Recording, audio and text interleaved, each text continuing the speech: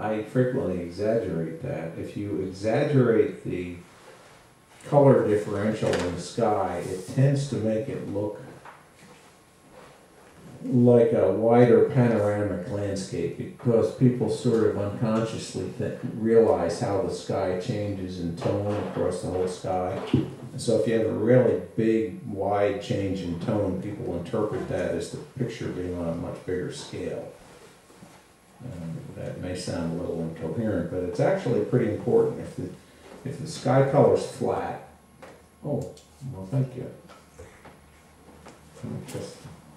That's a little splattery, but should I need one, it will work. I think you can fine-tune the sprayer. Yeah.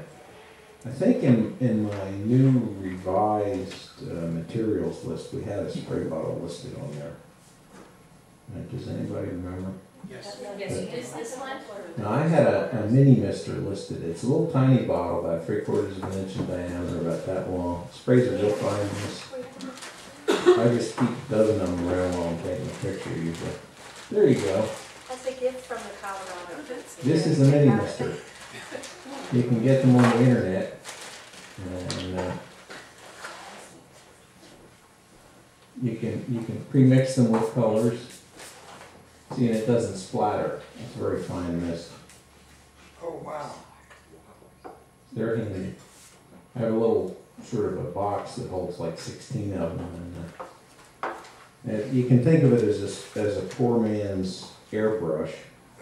But you can fill them up with different colors, frankly, and you can spray things and layer things a little bit if you want.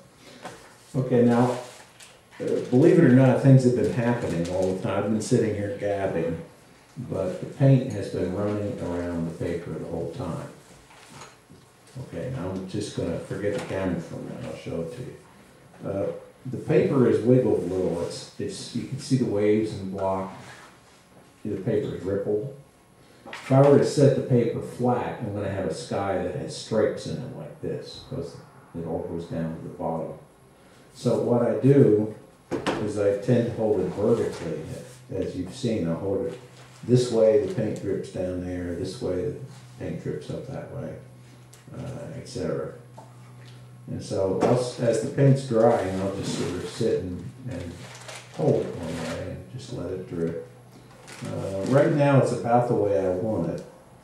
It's about the right gradation, I think, from this side of the sky to that side, and from bottom to top.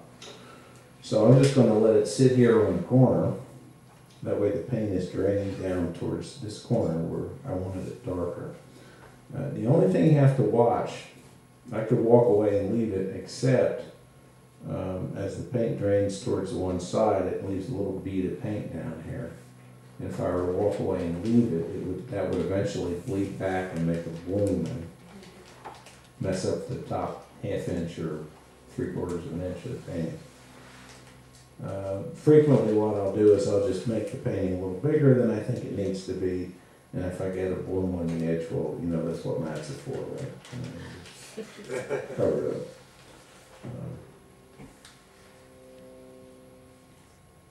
But if you don't want that bloom, you just watch as it dries, and you just go along and you pick it up a little bit. Just pick up the excess. Now, I could make clouds at this point. I'll probably do some cloud demonstrations over the weekend. I wait until the paper's just losing its shine, and then I'll take a paper towel and I'll scrunch it up into whatever shape I want and just kind of blot out clouds. You can see, if you look behind you, the very big print on the end there.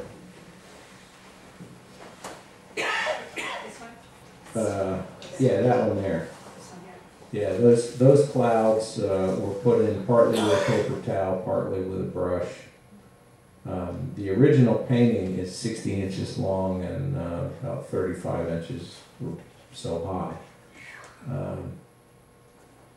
It was on a big piece of foam core. So you can imagine how much paint was sloshing around on that one. It was dripping all over. Yeah. And you did the clouds at one fell swoop. I mean, Yeah. well, in the same moment of In the same, yeah. Okay.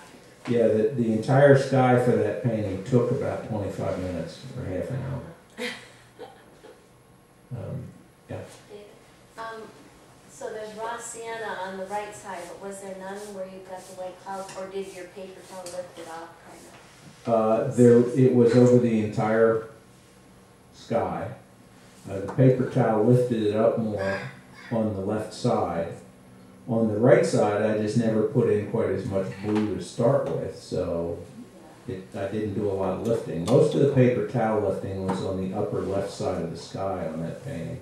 And it was done when it was pretty wet, so it kept running. I didn't get any definition in the clouds. If you want more detail, then you have to wait till the paint dries a little more. And when you're lifting out clouds or anything else with a paper towel, you need to make sure the towel picks up paint. And you can print that right back on the paper where you don't want it if you don't watch out. So you lift things with a paper towel, you like push a clean section of paper towel on, and then you rotate it in another clean section, because otherwise all you do is you move paint. You always need to remember that when you lift paint, you're trying to lift it. You're not just moving it from one part of the picture to another. A lot of people will say, well, I'm lifting, and they'll take a brush, say, and they'll do this. And all they're doing is shoving the paint from here to there, and they're wondering why they get these streaks and dark outlines and things like that. It's because they're just shoving the paint. Now, the same thing with a paper towel, except instead of shoving it, you actually print it. Like if I were to push the paint onto the palette down there, this is going to be dark, so we don't have to worry about that. And I'm thinking I'm lifting something, and in fact I'm actually leaving, well, you can't really see it, but little blue streaks. So you do, are you getting tired, Nancy? You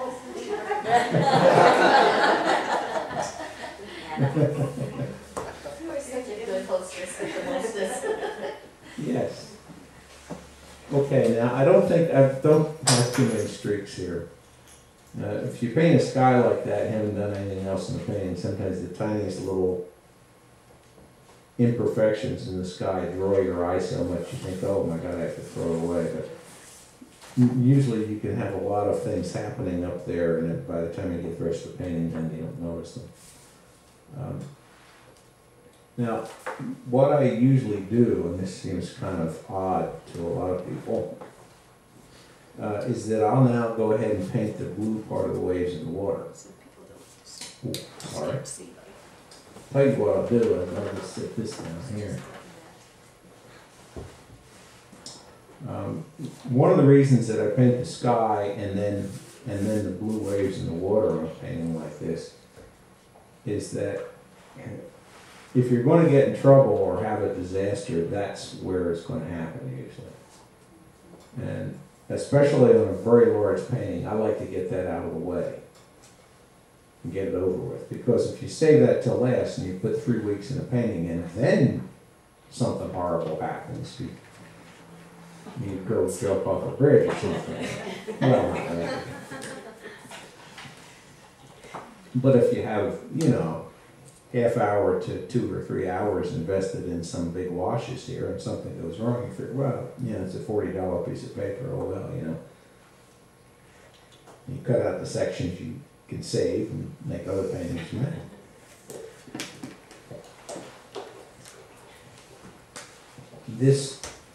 The smaller the painting is, the less need I have to follow that sort of schedule. On painting, quarter sheet painting this size, I could just go ahead and sort of paint from top to bottom if I wanted, but as they get bigger and bigger and the risk in these washes gets bigger and bigger, I tend to go ahead and do the risky stuff first and then see how I survive, and if it looks okay, then I'll go from there. So I'll go ahead down to the water now, and this is going to be a little trickier and a little more fun. Now, when I paint the water, I tend, it doesn't usually resemble a photograph at all by the time I'm done. In this particular photograph, at least the general type of water will look the same. I mean, it's gonna look shiny and liquid and reflections and so forth. A lot of times I'll make up this kind of water even if there's a big wind blowing and you can't see anything. But I almost always change the structure of the waves. Because, you know, I view the waves in the water, clouds in the sky and things like that as just compositional elements that I can make up any way I want, as long as I stick to the laws of physics and nature. I can make it do anything I want. It's like, you know, if you make up a picture of a person, they can be sitting, standing, running, scratching their head or whatever, and they're all plausible. Well, I can take waves and I can make any perspective, any spacing, as long as it follows the correct perspective so the waves lay flat. And the same thing with the clouds. You have to make, people don't realize there's perspective in clouds. You could go out now and you could see the cloud shapes towards the horizon sort of stack up in finer layers as they go far away from you, and then overhead they turn into the map of Greenland or whatever, just all sorts of random shapes. So as long as you follow those rules of perspective, you can make the waves or the clouds lean any way you want or sweep any way you want. If you look back again at that big picture that Nancy was holding up so well, and will again. Thank you. Okay, you see the clouds on that. Of course, they're totally fake. I mean, they're fake. They're fictional. And you notice they point in a V towards that kind of rock tower. It's like a big arrow saying, look at me, right? And then if you look at the waves in that painting, you'll notice they also, a little more subtly, point in a V that peaks up smack at that center of the picture. So I made up those waves and I made up those clouds specifically because I wanted that composition to draw people's attention to the area where the big rock tower with all the interest is. The actual photograph was terminally boring and had no clouds and the waves were all flat. But I liked the cliffs, and so I figured, well, I'll make up the rest of it. And again, I've been sort of sitting here gabbing while the water is soaking into paper. I talked about that before. We want to let the water soak in. So now I'm going to put some raw sienna and some quinacridone magenta in first. Same as with the sky. Now, you know, I'm doing reflections of the sky in the water, so obviously I better have the same colors that I used in the sky. Otherwise, I get that foreign planet look that my daughter was getting me now. She's, I've been told that it's genetic. She tends to be a little bit of a sarcastic smartass. Bleep. Yeah. Yeah, we do it to each other, you know. We were at another arts and crafts fair at one time. And she was looking at one of the paintings I had up on the wall. And as I said, it's always predictable, you know. She says, "So, Dad." You know? I'm like, okay, here it comes. She says, "When are you going to finish that picture?" Here it is, all framed up on the wall. Yeah.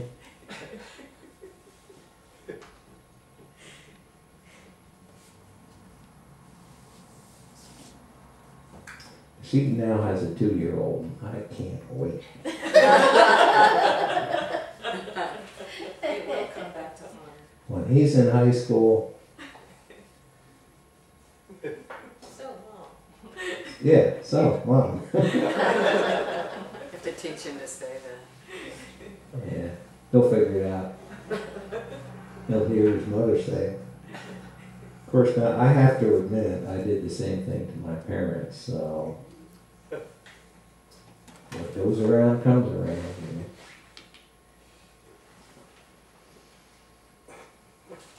know. Okay, now I got a blob of raw sienna on the brush here.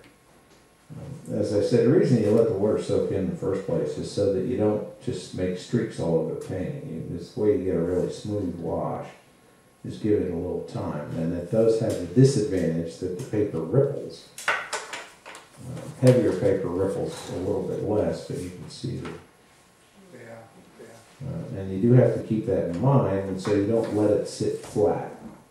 I know this is great for the camera, but in fact I can't just let it sit flat or we're going to have a weird looking painting. So that's been sitting there for a while. Now I'm going to take some ultramarine blue, that was my blue of the day.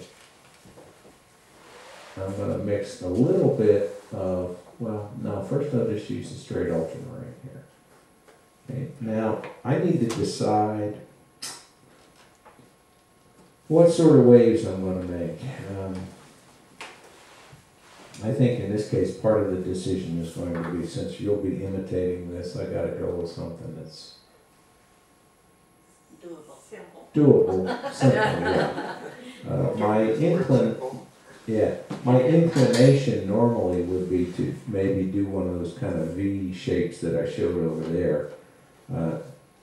Because I like the center part of the picture, and that's where I want people to look. But that's 2-point perspective, okay, and it makes things a lot more complicated when you're making up waves. It's a lot easier to do just parallel waves where the waves are coming straight towards you from the horizon, and I think that's what I'll do. So I'll drop in a wave, and when we're actually doing these, when you're doing these yourselves, I may have to give you a little bit of a hint of how the perspective works before you start on it. What I'm doing right now, the wet on wet portion of the water paint, it's only worth doing about 3 or 4 waves at the most, because as they get closer to the horizon, they're so close together that the wet on wet, the spread of the paint is going to just obliterate whatever waves you put in there. Now when I put in waves like this, you need to remember that if you hold the painting this way, and I'm letting you see it directly instead of back there. Can you all see it okay? Yeah. The paint's running vertically, and that tends to preserve these wave shapes that I put in. On the other hand, if I hold it this way for a while, you'll watch over a period of time, the wave shapes that I put in are going to run into each other, and they're just going to kind of fade out. I see they're almost gone now. And it happens sort of slowly. It's, you're watching paint dry. But that's okay, because watercolor usually gets a little more exciting than you wanted it to be anyway. You're screaming, no, don't go there. So if you add a little bit of boredom to it, that's not too bad. Now, I'm not real crazy with the look of that right now, so I'm going to go back and I'm going to put some more blue in. I held it this way long enough that the waves just sort of disappeared totally. So I'll put in some others, and there's a little different places maybe. And I do this a little bit by instinct now, but you may, when you start out, have to actually draw a perspective drawing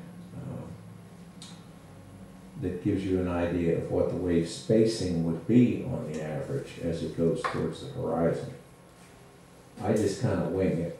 Especially, as I said, because I'm only going to do the bottom 3 or 4 this way. Because as I showed you, they run into each other. You know, especially if I hold it that way, they run into each other. Or this way. If you want to preserve that shape, you hold it vertically. You let the paint run however the waves are going. Now I've got a bit of a problem here because this dark blue streak makes no sense. Usually the waves get darker as you come down towards you because they're reflecting higher up in the sky where it's darker blue, for one thing. And also because the water actually is not quite as good a reflector as you're looking down into it. So I've got this backwards. This intense blue here is probably a little too much, so I'm gonna just wipe that out this way. And if I need to be careful, because if the paper gets too dry, then I'm getting in trouble. And I think I need a little more intense blue down on the bottom of this.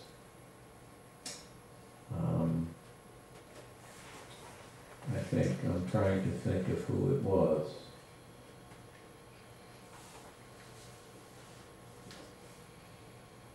Marilyn, the Seals, was that you? Yeah. Yeah. Okay, well, you know how much darker the blue water is towards the bottom of that picture. And so you know this is reversed, right? I mean, it shouldn't be this blue here and that blue there. Yeah. So.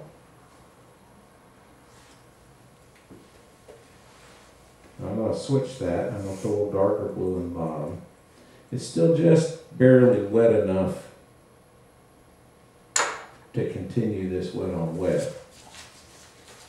But I think that's that's a reasonable pattern right now. So I'm going to sort of freeze it in place just by holding it vertically. And watch the paint dry. Relax a little bit. And it is now 10 o'clock. So from now until noon, you all will be doing this part of the picture, and I'll be walking around harassing you.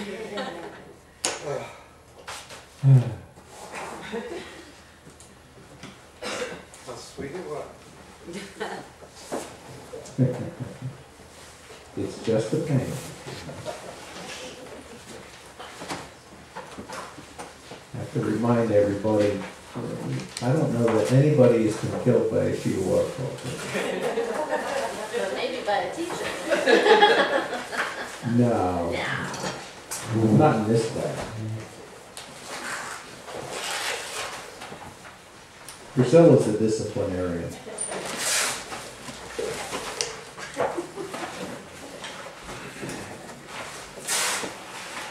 And my daughter is pretty severe sometimes too. I've actually heard people scream in her watercolor classes. If they're doing anything that requires a wet wash and it's too dry, she walks around the class with a little Dixie cup full of water. And she'll just pour it during her painting. And I have heard people literally shriek, like,